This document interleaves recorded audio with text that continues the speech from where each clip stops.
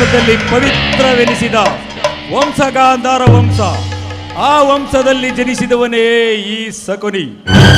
ತನ್ನ 99 ಮಂದಿ ಸಹೋದರರನ್ನು ನಿಷ್ಕರಣೆಯಿಂದ ಕೊಂದು ಅಟ್ಟಹಾಸದಿಂದ ಮೆರೆಯುತ್ತಿರುವ ದುರ್ಯೋಧನನನ್ನು ಮಟ್ಟ ಹಾಕಿ ಅವನ ವಂಶವನ್ನೇ ಸರ್ವನಾಶ ಮಾಡುವುದಕ್ಕಾಗಿ ಪಣತೊಟ್ಟು ಈ ರುದ್ರ ಭೂಮಿಯಲ್ಲಿ ರಣಹದ್ದಿನಂತೆ ಹರಡುತ್ತಾ ಇರುವವನೇ ಸೌಲಭರ ರಾಜನಾದ ಈ ಶಕುನಿ. ಏಕೆ ಶಕುನಿ ಕಣ್ಣಿನಲ್ಲಿ ಕಂಬನಿಯನ್ನು ಸುರಿಸುತ್ತಾ ಹೃದಯದಲ್ಲಿ ಸೇಡಿನ ದ್ವೇಷ ಜ್ವಾಲೆಯನ್ನೇ ತುಂಬಿಟ್ಟುಕೊಂಡು ಏಡಿಯಂತೆ ಆಲೋಚಿಸುತ್ತಾ ನಿಂತಿರುವೆಯಾ? ಕೇಳು, ಅಂದು ನಿನ್ನ 99 ಮಂದಿ ಸಹೋದರನನ್ನು, ನಿನ್ನನ್ನು ಮತ್ತು ನಿನ್ನ ಜನ್ಮದಾತನನ್ನು ಸೆರೆ ಹಿಡಿದು ತಂದು ಕಗ್ಗತ್ತಲೆಯ ಕಾರಾಗೃಹದಲ್ಲಿ ಸೇರಿಸಿ ನಿನಗೆ ಕೊಟ್ಟ ಚಿತ್ರವಿಚಿತ್ರ ಬಾಧೆಯನ್ನು ಮರೆತೆಯಾ? ಅಂದು ನಿನ್ನ ತಮ್ಮಂದಿರೊಡನೆ ಏನೆಂದು ಜಬ್ಬ ಕೊಚ್ಚಿಕೊಂಡೆ?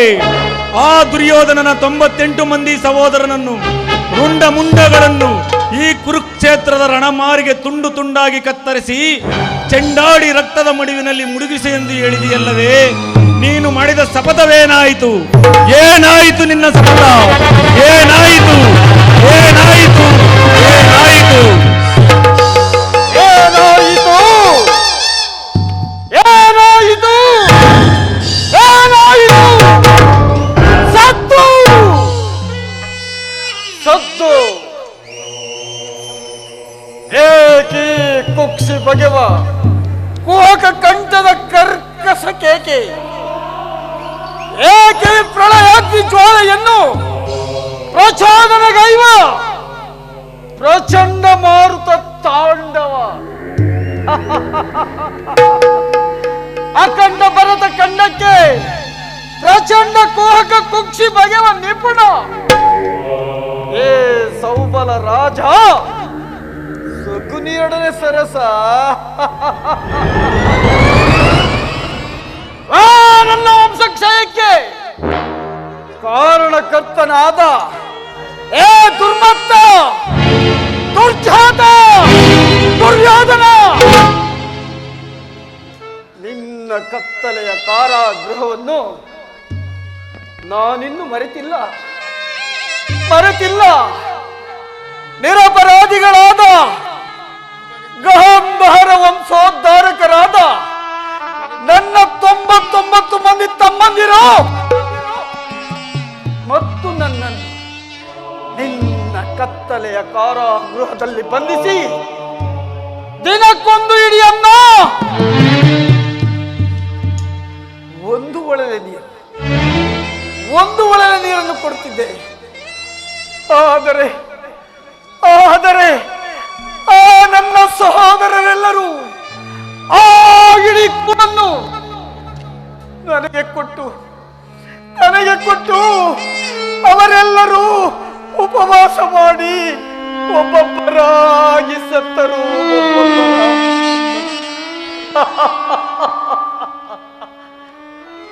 ಮೃತ್ಯುವಿನ ಕೊನೆಯ ಉಚ್ಛ್ವಾಸದಿಂದ ನಿನ್ನನ್ನು ಶಪಿಸುತ್ತಾ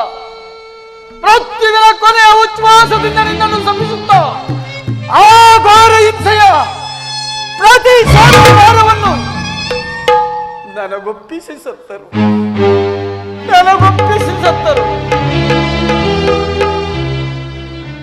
ಈಗಲೂ ಅವರ ಮೃತದೇಹದ ಸ್ಥಿರ ಶೂನ್ಯ ದೃಷ್ಟಿ ಸಡಿಲಿನಂತೆ ನನ್ನ ಹೃದಯವನ್ನು ಭೇದಿಸುತ್ತಿರುವುದು. ಗುರು ರಕ್ತದ ಅಜಸ್ತ್ರಧಾರೆಯಿಂದ ಪುನಃ ಅಜೀವನಗೊಳಿಸುವೆನು.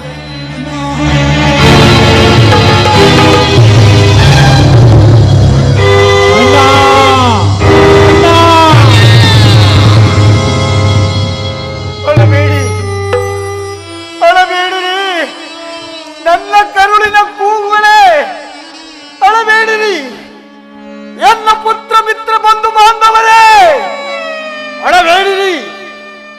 ಈ ಕೌರವ ವಂಶವನ್ನು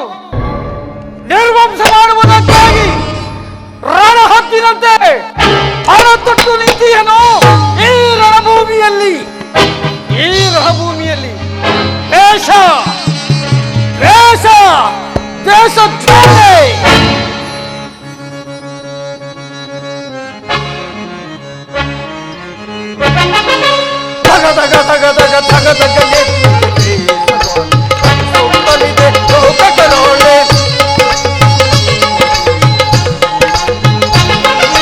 ತಗ ತಗ ತಗ ತಗ ತಗ ತಗ ಎತ್ತಿದೆ ಸುತ್ತಲಿದೆ ಲೋಕ ಕರೋಳೆ ಹರಡಿಗದಾವ ನೆಲವೆಲ್ಲೆಲ್ಲೂ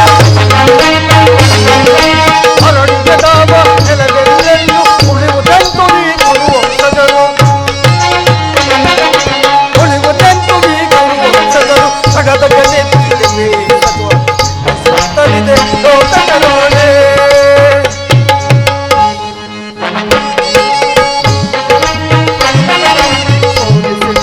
ಕುರುಪತಿ ತಂದರು ಅಸ್ತಿನಾವತಿಯ ಸೆರೆಯೊಳಗೆ ಸೋಲಿಸಿ ನಮ್ಮನ್ನು ಕುರುಪತಿ ತಂದರು ಅಸ್ತಿನಾವತಿಯ ಸೆರೆಯೊಳಗಿಟ್ಟು ಅಣ್ಣತ ಮಂದಿರು ಮೂರುವರು ನಾವು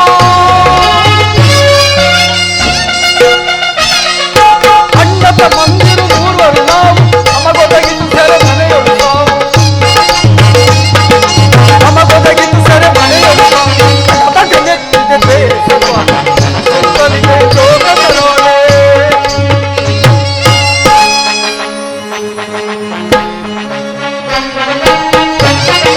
ಪೂರ್ವರಲ್ಲೊಬ್ಬನೇ ಉಳಿದಿದನೀಗ ತೀರಿಸಲನು ಜನ ಸಾಲವ ಬೇಗ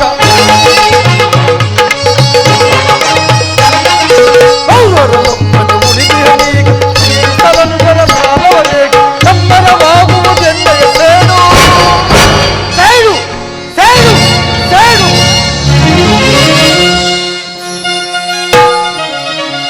ಎಮ್ಮರವಾಗುವುದೆಂದೆಯ ಸೇಡು ಹೊಸನೆನೆಪುದು ಕೌರವನಾಡು ಎಮ್ಮರವಾಗುವುದೆಂದೆಯ ಸೇಡು ಹೊಸನೆನೆಪುದು ಕೌರವನಾಡು ತಗದಗ ನೆತ್ತಿದೆ ದೇಶವ ಸುತ್ತಲಿದೆ ಲೋಕ ಕರೋಳೆ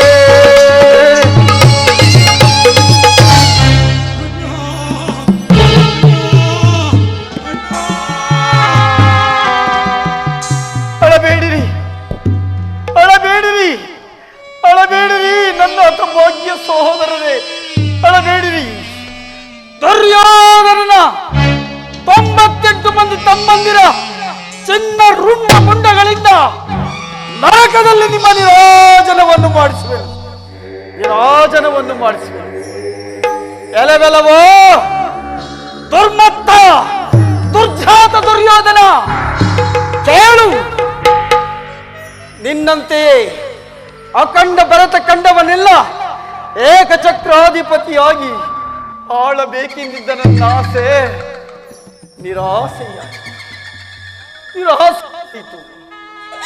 ಆದರೂ ಚಿಂತೆ ಇಲ್ಲ ಗತ ಸ್ಮರಣೆಯಿಂದ ಭವಿಷ್ಯವೂ ಅಲಸ್ಯವಾಗುವುದು. ದುರ್ಯೋಧನ ನಿನ್ನನ್ನು ಅಡಿಗಡಿಗೆ ಅಡ್ಡದಾರಿಗಿಳಿಸಿ ಹಸ್ತಿನಾವತಿಯ ರತ್ನ ಸಿಂಹಾಸನವನ್ನು ರಕ್ತದ ಕೋಡಿಯಲ್ಲಿ ಮುಳುಗಿಸಿ ರಾಜ್ಯದಲ್ಲಿ ಅಶಾಂತಿಯ ಬಿರುಗಾಳಿ ನಿರ್ಮಿಸಿ ಕೌರವೇಶ್ವರ ನರಕದ ಭಯಂಕರ ಹಿಂಸೆಗಿಂತಲೂ ಕುರುಕ್ಷೇತ್ರದಲ್ಲಿ ಈ ಶಕುನಿಯಿಂದ ನಿನಗಾಗುವ ಹಿಂಸೆ ಭಯಾನಕವೆನಿಸುವುದು. ತಾಯಿಯ ಕಣ್ಣೀರಿನಿಂದ ತೊಯ್ದು ಗುರು ಹಿರಿಯರ ರಕ್ತದಿಂದ ಕಳಂಕಿತರಾಗಿ ಪುತ್ರ ಶೋಕದಿಂದ ದಹಿಸುತ್ತಾ ನಿನಗಾಗಿ ಒಂದು ನಿಟ್ಟುಸಿರನ್ನು ಬಿಡುವವರಿಲ್ಲದೆ ನಿನ್ನ ವಂಶ ನಿರ್ವಂಶವಾಗುವುದನ್ನು ನನ್ನ ಕಣ್ಣಾರ ಕಂಡು ನಿನಗೆ ನರಕದ ಮಾರ್ಗವನ್ನೇ ತೋರಿಸುವುದು. ದುರ್ಯೋಧನ ನಿನಗೆ ನರಕದ ಮಾರ್ಗವನ್ನೇ ತೋರಿಸುವುದು. ಯಾರಿಗೆ ಮಾವ ನರಕದ ಮಾರ್ಗ? ನಿನಗೆ ನಿನ್ನ ಕಡು ವೈರಿಗಳಾದ ಆ ಪಾಂಡವರಿಗೆ ಎನ್ನುವಷ್ಟರಲ್ಲಿ ನಿನ್ನಾಗಮನವಾಯಿತು ಸುಯೋಧನ. ನಾನು ಮಾಡಿದ ಯುಕ್ತವೇ ಶಕುನಿ? ಚಿಂತೆ ಏಕೆ ಕುರುರಾಜ? ಕೃತವರ್ಮಾದಿಗಳೆಲ್ಲರೂ ನಿನ್ನ ಸಹಾಯಕ್ಕಾಗಿ ಸೈನ್ಯ ಸಮೇತರಾಗಿ ಹೊರಟರೆಂದು ದೂತನು ಈ ದಿನ ಸಮಾಚಾರವನ್ನು ತಂದನಲ್ಲವೇ? ನಾನು ಅದಕ್ಕಾಗಿ ಚಿಂತಿಸುವುದಿಲ್ಲ ಮಾವ. ಈ ದುರ್ಯೋಧನನು ಅಸಹಾಯ ವೀರನು. ತನ್ನೆರಡು ತೋಳುಗಳಿಂದ ಆ ಪಾಂಡವರ ಸಮಸ್ತ ಸೈನ್ಯವನ್ನು ಎದುರಿಸಬಲ್ಲನು.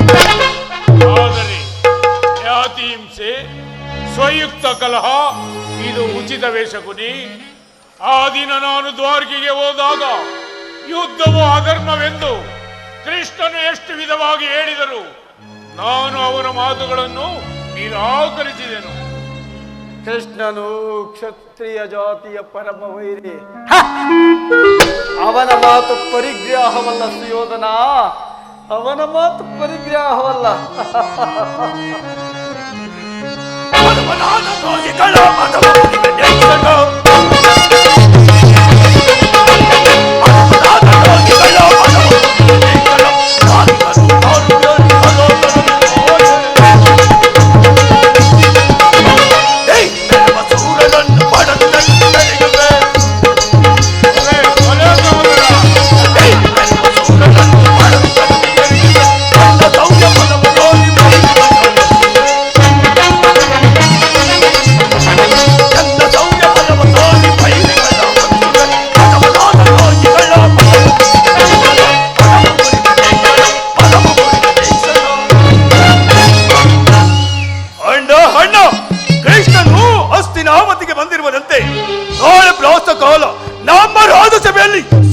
ಸಂಧಾನವನ್ನು ನಡೆಸುವನಂತೆ.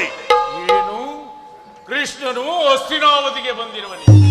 ಬರಲಿ, ಬಹಳ ಸಂತೋಷ. ಹೋಗು ತಮ್ಮ, ಹೋಗು, ಅತಿಥಿ ಸತ್ಕಾರಕ್ಕೆ ಸಿದ್ಧನಾಗು. ಏನು ಹೇಳಿದೆ ಕೃಷ್ಣ? ಬಸಗಳಂ ಕಾಯುವ ಕೊಲ್ಲನಿಗೆ ಈ ಬಲುಗನತೆಯು ಅವನಿಗುಂಟೇನೋ? ಅನಾವತಾರದಿ ಕಾಲ ಕಳೆಯುವ, ಅನಾವತಾರದಿ ಕಾಲ ಕಳೆಯುವ ಅವನ ನೇತ್ರೆಗೆ ಈ ಬಂಧನೆ ಅಗ್ರಜ.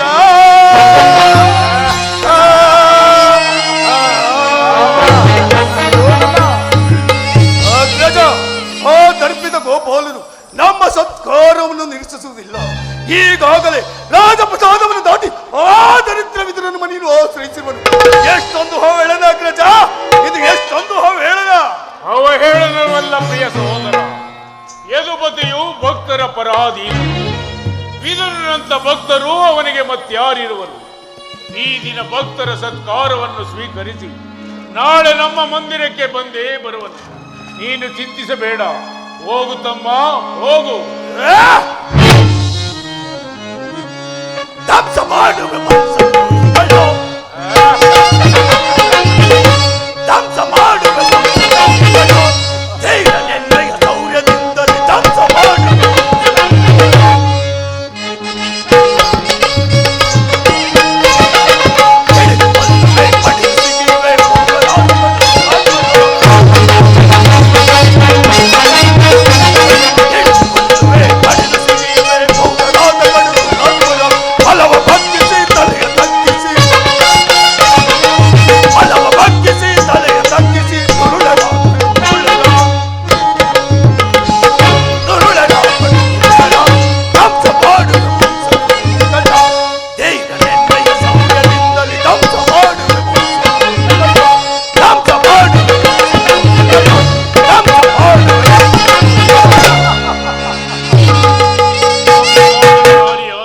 ಸಹೋದರ, ಇವನನ್ನು ಸಮಾಧಾನ ಪಡಿಸುವುದು ನನಗೆ ಒಂದೊಂದು ಸಾರಿ ಉತ್ಸಾಹವೆನಿಸುವುದು.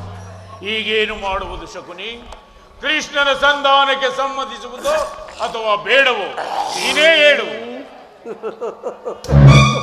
ಯಾರ ಚೇರೆ ಮುಟ್ಟಾಕ್ಬಿಟ್ಟವ್ರೆ? ಕೃಷ್ಣನು ಶಾಂತಿಗಾಗಿ ಇಲ್ಲಿಗೆ ಬಂದವನಲ್ಲ. ಹಾಗಿದ್ದರೆ ಕೌರವೇಶ್ವರ ಸಾರ್ವಭೌಮನ ವೈಭವವನ್ನು ತೃಣೀಕರಿಸಿ ಹುಟ್ಟುಗುಣಕ್ಕನುಸಾರವಾಗಿ ಆ ದಾಸಿಪುತ್ರ ವಿದುರನ ಮೃಕುಜೋಪಡಿಯನ್ನು ಆಶ್ರಯಿಸುತ್ತದೆ. ಪ್ರಾರಂಭದಲ್ಲೇ ಸಹಿಸಲಾಗದಂತ ಅಪಮಾನ, ಭಕ್ತಿ ವೈರಾಗ್ಯಗಳ ನೆಪದಿಂದ ವಂಚಿತನಾಗಿ ಈ ಅಪಮಾನವನ್ನು ನೀನು ಹೇಗೆ ಸಹಿಸುವೆ ಸುಯೋಧನ? ಹೇಗೆ ಸಹಿಸುವೆ? ಕೃಷ್ಣದ ಧರ್ಮದಲ್ಲಿ ನಿನಗೆ ಇಷ್ಟೊಂದು ದ್ವೇಷ ಬೇಕೆ ಶಕುನಿ? ಅವನು ಕ್ಷತ್ರಿಯ ಕುಲದ ಕಳಂಕ ಸ್ವರೂಪನು. ಮಹೋರಥ ವರ್ಷದಲ್ಲಿ ಕ್ಷತ್ರಿಯರನ್ನು ನಿರ್ಮೂಲನ ಮಾಡಲು ಅವನು ಅವತರಿಸಿರುವನು. ಅಲ್ಲ ಯಾರು ಅವನ ಭಕ್ತಿ ವೈರಾಗ್ಯ ಪ್ರದರ್ಶನಕ್ಕೆ ಮರುಳಾಗಿ ಭಗವಂತನ ಸ್ವರೂಪವೆಂದು ನಂಬಿ ಪೂಜಿಸುವರೋ ಅವರನ್ನೇ ಧ್ವಂಸ ಮಾಡಿ ಬಿಡುವನು. ಹೌದು ಮಾವ, ಹೌದು. ಅದು ಅಲ್ಲದೆ ಶಿಶುಪಾಲ, ಜರಾಸಂಧ, ದಂತವಕ್ರ ಇವರೆಲ್ಲರೂ ನಿನಗೆ ಎಂತಹ ಮಿತ್ರರಾಗಿದ್ದರು. ಕಾರಣವಿಲ್ಲದೆ ಸಂಹರಿಸಿದನು. ಕಂಸನನ್ನು ಒದಿಸಿ ಅರಳು ಮೊರಳಿನ ಮುದುಕನಾದ ಆ ಉಗ್ರಸೇನನ್ನು ಹೆಸರಿಗೆ ಸಿಂಹಾಸನದಲ್ಲಿ ಕುಳ್ಳಿರಿಸಿರುವನು. ಸಹೋದರ ಬಲರಾಮನಿಗೆ ಸುರಪಾನದಿಂದ ಪ್ರಮತ್ತನನ್ನಾಗಿ ಮಾಡಿಸಿ ರಾಜಲಕ್ಷ್ಮಿಯನ್ನು ತಾನು ವಶಪಡಿಸಿಕೊಂಡಿರುವನು. ಸುಯೋಧನ ತಾನು ವಶಪಡಿಸಿಕೊಂಡಿರುವನು. ಇಂಥವನಿಗೆ ರಾಜಮನ್ನಣೆ. ಸುಯೋಧನ ರಾಜಮನ್ನಣೆ. ಹಾಗಾದರೆ ನನ್ನನ್ನು ದ್ವಾರಕೆಗೆ ಕಳಿಸುತ್ತಿದ್ದು ಏಕೆ? ಆ ನಂದ ಗೋಪಾಲನ ಮನೆಯ ಬಾಗಿಲಲ್ಲಿ ನಿಂತು ಸಹಾಯವನ್ನು ಬೇಡುವುದು ಈ ದುರ್ಯೋಧನಿಗೆ ಉಚಿತವಾದ ಕಾರ್ಯವೇ? ಅದಕ್ಕೊಂದು ಉದ್ದೇಶವಿತ್ತು ಸುಯೋಧನ. ಉದ್ದೇಶ ಏನು ಉದ್ದೇಶ? ಕಾಳ ಸರ್ಪದ ವಿಷದ ಅಲ್ಲನ್ನು ಕಿತ್ತ ಬಳಿಕ ಅದರೊಡನೆ ಸರಸ ಮಾಡಬಹುದಲ್ಲವೇ? ಹೌದು ಮಾವ, ಹೌದು. ಕೃಷ್ಣನಿಗಿಂತ ಅವನ ವಿಜಯೋನ್ಮತ್ತ ಯಾದವ ಸೈನ್ಯವು ನಿನಗೆ ಹೆಚ್ಚು ಅವಶ್ಯಕವಾಗಿತ್ತು ಸುಯೋಧನ, ಅವಶ್ಯಕವಾಗಿತ್ತು. ಯದುಪತಿಯನ್ನು ಯಾದವ ಸೈನ್ಯದಿಂದಲೇ ನಾಶಗೊಳಿಸುವ ಸುಯೋಗವು ಈಗ ನಿನಗೊದಗಿರುವುದು ಸುಯೋಧನ, ಈಗ ನಿನಗೊದಗಿರುವುದು. ಕೃಷ್ಣನು ಸೈನ್ಯ ಸಮೇತನಾಗಿ ನಿನ್ನ ಪಕ್ಷವನ್ನು ವಹಿಸಿದರೆ ಆ ಸಹಾಯವನ್ನು ನೀನು ನಿರಾಕರಿಸಬೇಕಾಗುತ್ತದೆ. ನನಗೆ ನೀನು ಬೇಡ, ನಿನ್ನ ಸೈನ್ಯ ಮಾತ್ರ ಬೇಕು ಎಂದು ನಿಸ್ಸಂಕೋಚವಾಗಿ ಕೇಳಬೇಕಾಗುತ್ತಿತ್ತು. ಆದರೆ ಪಾಪ ಅರ್ಜುನನು ನಿನ್ನನ್ನು ಈ ಸಂಕಟದಿಂದ ಉದ್ಧಾರ ಮಾಡಿದನು ಸುಯೋಧನ, ಉದ್ಧಾರ ಮಾಡಿದನು. ಕೃಷ್ಣನು ನೀನು ಹೇಳುವಂತಹ ವಂಚಕನೇ ಇರಬಹುದು, ಆದರೆ ಅವನ ಮೇಲಿನ ದ್ವೇಷದಿಂದ ಆ ಪಾಂಡವರನ್ನು ಹಿಂಸಿಸಬೇಕಾಗುವುದಲ್ಲ. ಕೃಷ್ಣನನ್ನು ಪಾಂಡವರಿಂದ ಬೇರೆ ಮಾಡಲಾಗುವುದು ಸುಯೋಧನ, ಬೇರೆ ಮಾಡಲಾಗುವುದು. ಅದೇಕೆ ಮಾವ? ಅವರೆಲ್ಲರೂ ಕೃಷ್ಣನ ಆಜ್ಞಾಧಾರಕರು. ನೀನು ಸಂಧಾನಕ್ಕೆ ಸಂಬಂಧಿಸಿ ಪಾಂಡವರಿಗೆ ಆಶ್ರಯವನ್ನು ಕೊಟ್ಟೆ ಆದರೆ ನಿನ್ನ ವಿನಾಶಕ್ಕೆ ನೀನೇ ಕಾರಣನಾಗುವೆ. ಪಾಂಡವರು ಪಗಡೆಯಾಟದಲ್ಲಿ ರಾಜ್ಯವನ್ನು ಸೋತಾಗಲೇ ರಾಜ್ಯದ ಮೇಲಿದ್ದ ಅವರ ಹಕ್ಕು ನಷ್ಟವಾಯಿತು. ಪುನಃ ಅದನ್ನು ಹೊಂದುವುದೆಂದರೇನು? ಕ್ಷತ್ರಿಯ ವೀರರಿಂದ ಅನುಭುಕ್ತರಾದ ಈ ಕುರುಭೂಮಿಯ ರಾಜಲಕ್ಷ್ಮಿಯನ್ನು ಭಿಕ್ಷುಕರ ಯಾಚನಾಂಜಲಿಯಲ್ಲಿಡುವುದು ನಿನಗೆ ಉಚಿತವೇ ಸುಯೋಧನ, ನಿನಗೆ ಉಚಿತವೇ. ಪಾಂಡವರು ರಾಜ್ಯಕ್ಕಾಗಿ ಹಂಬಲಿಸುತ್ತಿದ್ದರೆ ಅದು ರಣಕ್ಷೇತ್ರದಲ್ಲಿ ಗೋರಾಡಿ ಜಯಲಕ್ಷ್ಮಿಯನ್ನು ಪಡೆಯುವುದು. ಮೇಲಿಂದ ಮೇಲೆ ಈ ದೈನ್ಯ ವೃತ್ತಿ ಏಕೆ? ದೇಹಿ ದೇಹಿ ಎಂದು ಆ ಪಾಂಡವರಿಗೆ ಯುದ್ಧದ ಹೊರತಾಗಿ ಸೂಜಿಯ ಮೊನೆಯಷ್ಟು ಭೂಮಿಯನ್ನು ಕೊಡುವುದಿಲ್ಲ, ಕೊಡುವುದಿಲ್ಲ. ಅಷ್ಟು ಮಾತ್ರ ಸಾಲದು, ಅಷ್ಟು ಮಾತ್ರ ಸಾಲದು. ಬಾರಿ ಬಾರಿಗೂ ಸಂಧಿಯ ನೆಪದಿಂದ ಪ್ರತಿಷ್ಠೆಯನ್ನು ತೋರುತ್ತಿರುವ ಆ ಕಳ್ಳ ಗೊಲ್ಲ ಕೃಷ್ಣನಿಗೆ ತಕ್ಕ ಪ್ರಾಯಶ್ಚಿತ್ತವಾಗದು. ಆಗಲೇಬೇಕು, ಆಗಲೇಬೇಕು. ಆ ವಿಚಾರದಲ್ಲಿ ನಿನಗೊಂದು ನನ್ನ ಸಲಹೆ ಇರುವುದು. ಏನು ನಿನ್ನ ಸಲಹೆ? ಯಥಾ ಸಮಯದಲ್ಲಿ ವಿಜ್ಞಾಪಿಸುವೆನು. ನಿನ್ನ ಸಲಹೆ ಹೊರತು ಮತ್ತೇನು ಮಾಡುವುದಿಲ್ಲ ಮಾವ. ನಡೆ ಹೋಗೋಣ. ನಡೆ ಸುಯೋಧನ, ನಾನು ನಿನ್ನಿಂದೇ ಬರುವೆನು.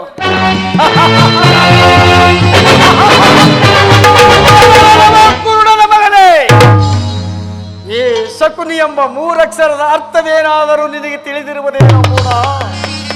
ಸಾ ಎಂಬರ ಶಪಥವನ ಅಂತೂ ಕೋ ಎಂಬರ ಕುರುವಂಶವನು ಈ ಎಂಬರ ನಿರ್ಮೂಲನ ಮಾಡುವುದೇ ಈ ಶಕುನಿ ಎಂಬ ಮೂರಕ್ಷರದ ಅರ್ಥ.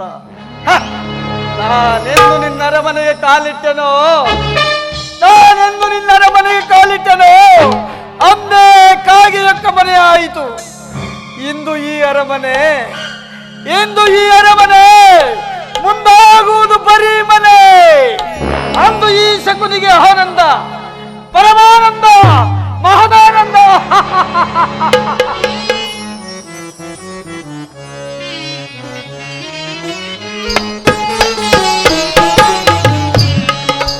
ಫಲಿಸುವುದಿಲ್ಲ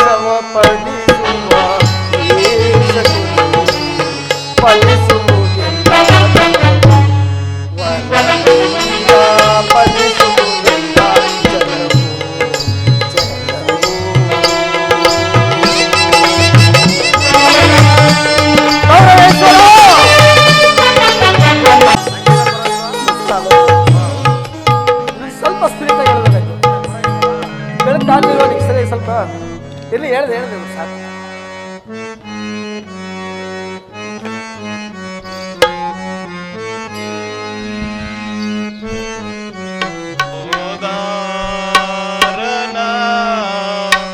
ಆಡಿಸಿದಳೆ ಶೋದೆ ಜಗದೋ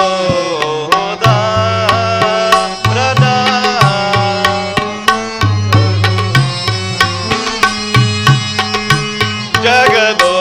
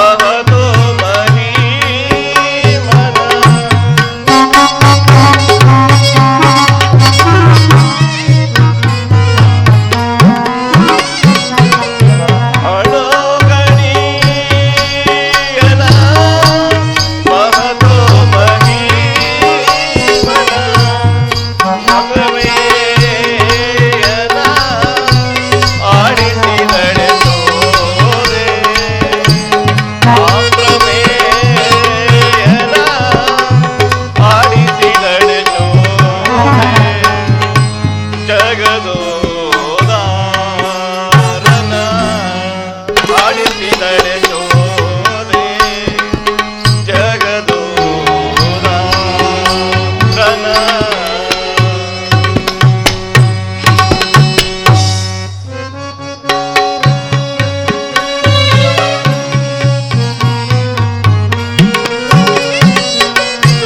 ಪರಮ ಪುರುಷನ ಪರವಾಸುದೇವನ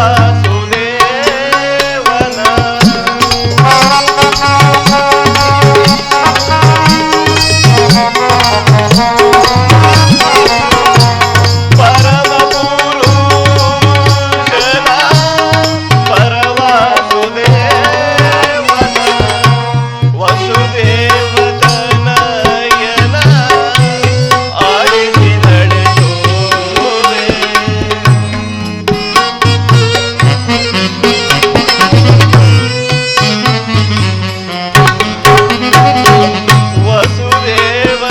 ವಸುದೇವತನಯನ ಆಡಿಸಿದಳೆ ಶೋಧೆ ಜಗದೋದಾರನ ಆಡಿಸಿದಳೆ ಶೋಧೆ ಜಗದೋದಾರನ.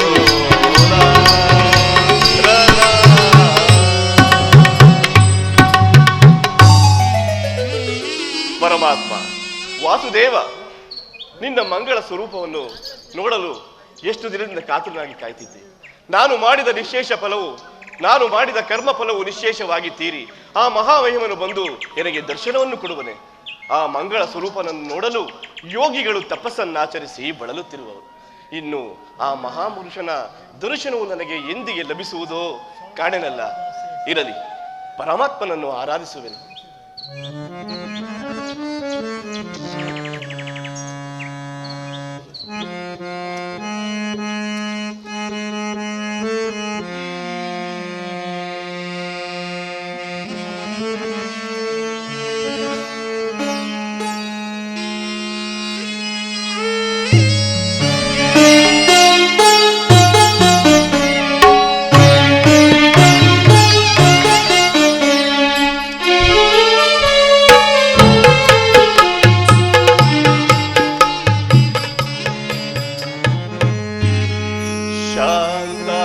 शान्ताकारं भुजगशयनं पद्मनाभं सुरेशं विश्वाधारं गगनसदृशं मेघवर्णं कृपा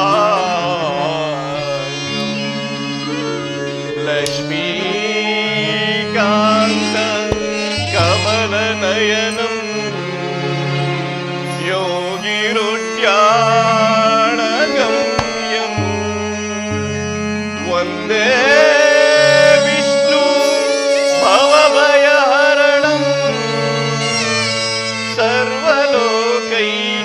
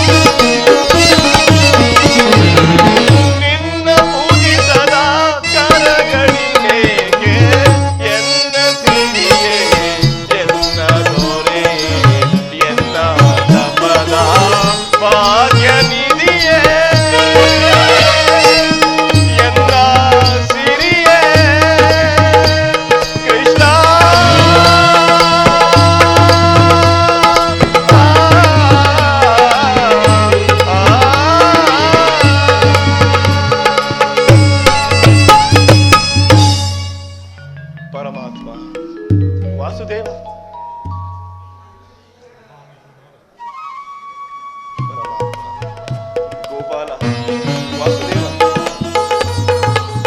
ಯಾರದು ಯಾರದು ಈ ಕೋಮಲವಾದ ಕೈಗಳು? ಪರಮಾತ್ಮ, ಪರಮಾತ್ಮ, ಪರಮಾತ್ಮ, ನನ್ನ ಕಣ್ಣುಗಳಿಂದ ನಿನ್ನನ್ನು ನೋಡುತ್ತಿರುವೇನೆ ಪರಮಾತ್ಮ. ಹೌದು ವಿದುರ. ಪರಮಾತ್ಮ,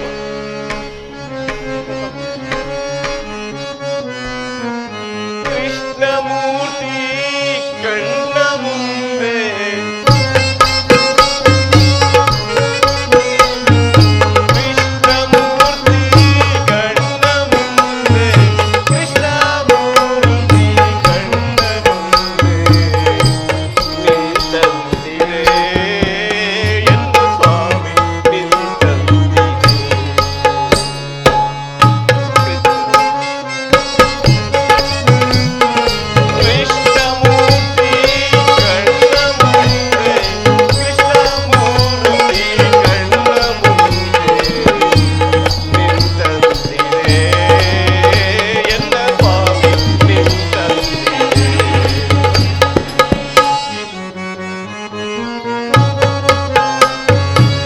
ಮಸ್ತಕದಲ್ಲಿ ಮಾಣಿಕ್ಯದ ಕಿರೀಟ,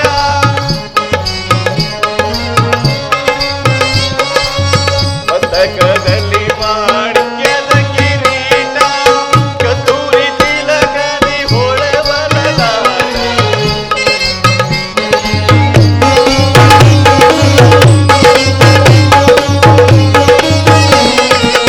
ಮಸ್ತಕದಲ್ಲಿ ಮಾಣಿಕ್ಯದ ಕಿರೀಟ, ಕಸ್ತೂರಿ ತಿಲಕದಿ ಹೊಳೆವಲಲಾಟ, ಅಂದದಿ ಕೊಳಲ ಮೂಡುವ ಹೊರೆನೋಟ, ಅಂದದಿ ಕೊಳಲ ಮೂಡುವ ಹೊರೆನೋಟ, ಕೌಸ್ತುಭ ಎಡಬಲದಲ್ಲಿ ಬಲ್ಲಾಟ, ಕೌಸ್ತುಭ ಎಡಬಲದಲ್ಲಿ ಬಲ್ಲಾಟ, ಕೃಷ್ಣಮೂರ್ತಿ ಕಣ್ಣ ಮುಂದೆ, ಕೃಷ್ಣಮೂರ್ತಿ ಕಣ್ಣ ಮುಂದೆ, ನಿನ್ನಂತೆಯೇ ಎನ್ನ ಸ್ವಾಮಿ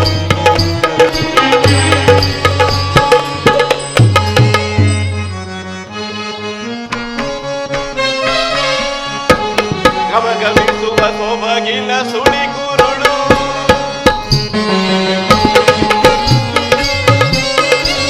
ಗಮಗಮಿಸುವ ಸೊಬಗಿನ ಸುಳಿ ಕುರುಳು, ಚಿಗುರು ತುಳಸಿವನ ಮಾಲೆಯ ಕೊರಳು,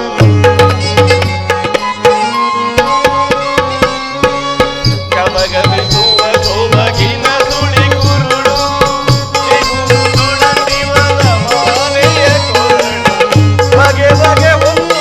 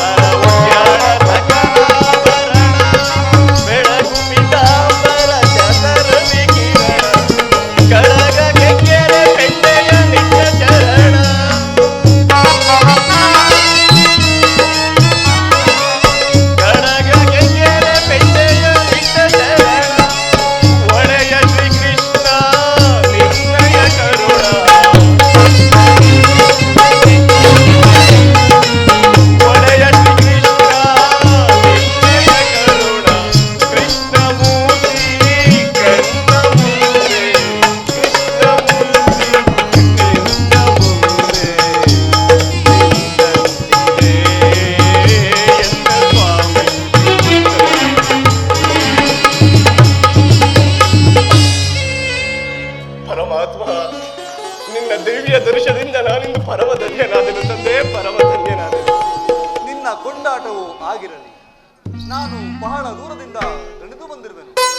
ನನಗೆ ಏನಾದರೂ ಆಹಾರವನ್ನು ಕೊಡುವನಾಗು ಭಕ್ತ. ಪರಮಾತ್ಮ ವಾಸುದೇವ ಸಕಲ ಲೋಕಗಳನ್ನು ತಮ್ಮ ಉದರದಲ್ಲಿ ಪರಿವ್ಯಾಪಿಸಿಕೊಂಡು ಸಕಲ ಜೀವಿಗಳನ್ನೂ ಪರಿಪಾಲಿಸುತ್ತಿರುವ ನಿಮಗೆ ಅಣುಸ್ವರೂಪಿಯಾದ ನಾನು ಏನು ತಾನೇ ಕೊಡಬಲ್ಲೆನು ದೇವ? ನನ್ನನ್ನೇಕೆ ಹೀಗೆ ಪರೀಕ್ಷಿಸುತ್ತಿರುವೆ?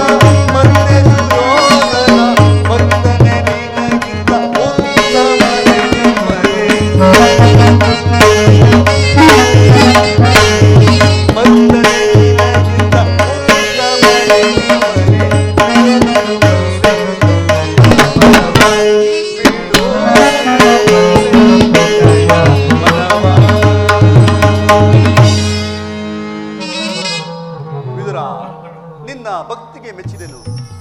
ನಾನು ದುರ್ಯೋಧನನ ಬಳಿಗೆ ಕಾರ್ಯಾರ್ಥವಾಗಿ ಹೋಗುತ್ತಿದ್ದೆನು. ಆದರೆ ನಿನ್ನ ಭಕ್ತಿ ಎಂಬ ಪಾಶವು ನನ್ನನ್ನು ಇಲ್ಲಿಗೆ ಸೆಳೆದುಕೊಂಡು ಬಂದಿರುವುದು. ಸಕಲ ಭೋಗ ವಸ್ತುಗಳನ್ನು ತೊರೆದು 40 ವರ್ಷಗಳಿಂದಲೂ ಈ ಕುಟೀರದಲ್ಲಿ ವಾಸಿಸುತ್ತಾ ಕಾಮ ಕ್ರೋಧಗಳಿಗೆ ಎಡೆಕೊಡದೆ ಆಹಾರ ವಸ್ತುಗಳನ್ನು ತ್ಯಜಿಸಿ ಗೋಮಾತೆಯ ಕ್ಷೀರದಿಂದಲೇ ಜೀವವನ್ನು ಉಳಿಸಿ ಬೆಳೆದುತ್ತಿರುವ ನಿನ್ನ ಭಕ್ತಿಯು ಲೋಕದಲ್ಲಿ ಅಮರವಾಗಲಿ. ವಿದುರ, ಮೊದಲು ನನಗೆ ಏನಾದರೂ ಆಹಾರವನ್ನು ಕೊಡುವನಾಗು ಭಕ್ತ. ಪರಮಾತ್ಮ, ನನ್ನ ಬಳಿ ಕ್ಷೀರವಲ್ಲದೆ ಮತ್ತೇನಿರುವುದು? ವಿದುರ, ನನಗೆ ಬೇಕಾಗಿರುವ ಆಹಾರವೇ ಅದು. ಹಿಂದೆ ಕುಚೇಲನು ಬಹು ಪ್ರೀತಿಯಿಂದ ತಂದ ಅಮೃತಕ್ಕೆ ಸಮಾನವಾದ ಅವಲಕ್ಕಿ ಸಾರವು ಇನ್ನೂ ನನ್ನ ನೆನಪಿನಲ್ಲಿರುವುದು. ಅಲ್ಲದೆ ಹಿಂದೆ ಶಬರಿಯು ಬಹು ಪ್ರೀತಿಯಿಂದ ಕಚ್ಚಿ ನೋಡಿ ಆರಿಸಲ್ಪಟ್ಟ ಹಣ್ಣಿನ ರುಚಿಯು ಇನ್ನೂ ನನ್ನ ನೆನಪಿನಲ್ಲಿರುವುದು. ಅದಕ್ಕಿಂತಲೂ ಅತ್ಯುತ್ತಮವಾದ ಆಹಾರವು ನಿನ್ನ ಬಳಿ ಇರುವುದು. ಎಲ್ಲಿ ಕೊಡುವನಾಗು? ಪರಮಾತ್ಮ ಪರಮಾತ್ಮ, ಏನೆಂದು ಹೇಳಲಿ ತಂದೆ. ಈಗ ತಾನೇ ಇದ್ದ ಹಾಲನ್ನೆಲ್ಲ ತಮಗೇ ಸಮರ್ಪಿಸಿ ನಾನೇ ಕುಡಿದು ಬಿಟ್ಟನಲ್ಲ ದೇವ. ವಿದುರ, ನನಗರ್ಪಿಸಿದ ಮೇಲೆ ಆ ಪಾತ್ರೆಯ ತಳಭಾಗದಲ್ಲಿ ಸ್ವಲ್ಪವಾದರೂ ಹಾಲಿರಬೇಕು. ಎಲ್ಲಿ ನೋಡು.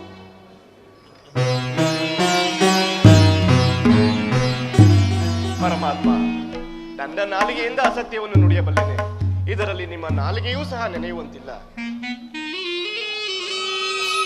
ವಿದುರ, ಕ್ಷೀರಸಾಗರವನ್ನೇ ಮನೆಯಲ್ಲಿ ತುಂಬಿಟ್ಟುಕೊಂಡು ಹಾಲಿಲ್ಲವೆಂದು ಹೇಳುವೆಯ? ಅದು ಅಲ್ಲಿ ನೋಡು, ನಾನು ಸಮುದ್ರ ರೀತಿಯಲ್ಲಿ ಮುಕ್ಕಿ ಸುರಿಯುತ್ತಿರುವುದನ್ನು. ತಿಳಿಯಲಾಗದಿರು ತಂದೆ. ಪರಮಾತ್ಮ, ಈ ನಿಮ್ಮ ಅದ್ಭುತ ಮಹಿಮೆಯು ನಿಮ್ಮ ತಾಯಿಯಾದ ಯಶೋದೆಯೋರ್ವಳಿಗಲ್ಲದೆ ಮತ್ತಾರಿಗೂ ತಿಳಿಯದು ದೇವ. ಹೀಗಿರುವಾಗ ಈ ನಿಮ್ಮ ಮಹಿಮೆಯು ನನಗೆ ಹೇಗೆ ತಾನೇ ತಿಳಿಯುವುದಕ್ಕೆ ಸಾಧ್ಯ ದೇವ? ವಿದುರ, ನಿನ್ನ ಭಕ್ತಿಗೆ ಮೆಚ್ಚಿದೆನು. ನಾನೀಗಲೇ ನನ್ನ ಸೋದರತೆಯಾದ ಕುಂತಿದೇವಿಯ ಬಳಿಗೆ ಹೋಗಿ ಅಲ್ಲೊಂದು ಜನ್ಮ ವೃತ್ತಾಂತವನ್ನು ತಿಳಿಸಿ ನಂತರ ದುರ್ಯೋಧನನ ಬಳಿಗೆ ಬರುತ್ತೇನೆ. ಅಷ್ಟರಲ್ಲಿ ನೀನು ನಿನ್ನ ಧನುಸ್ಸನ್ನು ಹಿಡಿದು ಅಲ್ಲಿಗೆ ಬರುವನಾಗು ಭಕ್ತ. ಅಪ್ಪಣೆ ಪರಮಾತ್ಮ.